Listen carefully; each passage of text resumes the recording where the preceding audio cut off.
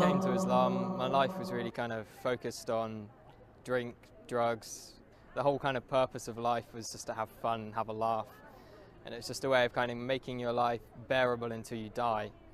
I tended to kind of be in a kind of heavy metal crowd, hanging around a lot of people with similar interests, which weren't always the best company to keep. My first experience of seeing Muslims was the 9/11 attacks. I remember I was quite young at the time and I wasn't completely aware of what was going on.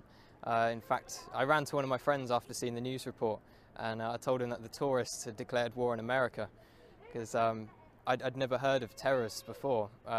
As the war was unfolding and I was seeing more and more about the war in Afghanistan, I started understanding that these people were Muslims and that the Muslims were doing these horrible atrocities across the world. So from that kind of media bombardment, I started getting a strong hatred for Muslims. So much, in fact, I tried to join the army 3 times with the goal of wanting to go over there and kill as many of these people as I could, to do my bit for the country and to make it a bit safer for my family. I thought they were kind of the big evil of the world. I started hearing a bit more about Islam. It was the last time I was applying for the army. I came across this radio station. It was at a time when I was listening to conspiracy theory radio and things like this. And it was a radio station from the American government called Terror Talk. And it was talking about the life of the Prophet ﷺ.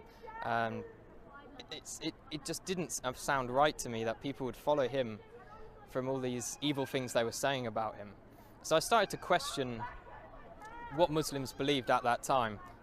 I was on a spiritual search anyway.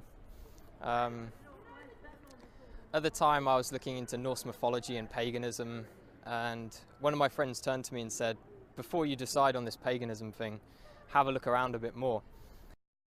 And then I eventually picked up the Quran from my college. When I had it, I actually thought I was picking up a terrorist handbook, and I was a bit worried that MI5 were going to come after me as soon as they saw me take it out of the library. But as soon as I started reading the book, it hit me immediately, and I couldn't stop reading it. It sank deep into my heart. And as I kept continuing through the different surahs, I remember reading about the people in the fire having boiling water to drink, burning their throats. And as I could read this and I was living this awful life, I could feel my throat burning, and I could feel kind of how real this thing was and how I had to change. The first day I went to the mosque, I spent all day there reading, and my mum called me in the evening and asked me, where had I been all day, and I said I was at a mosque. She's like, what? No, you can't be at a mosque, you're a Christian. Christians don't go to mosques. And she was very, very shocked and thought I was going down a bad path.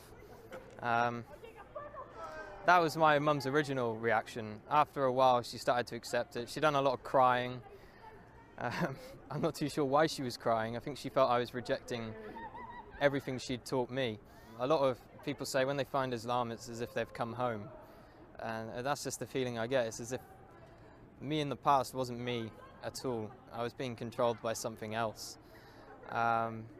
Only good things have happened since I've become Muslim. My life is sorted out, and I've never had so much going on in my life at one time. If I was going to give advice to someone else who is thinking about Islam, I'd definitely tell them to come to the mosque and speak to a man of knowledge, not search the internet for the answers.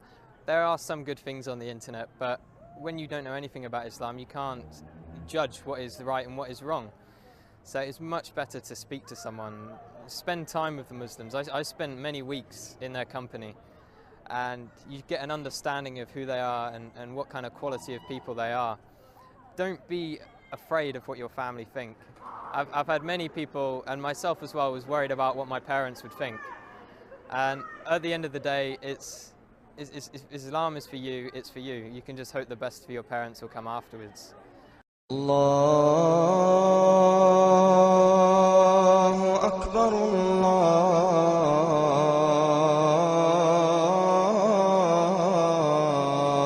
Akbar, Allahu Akbar, Allah.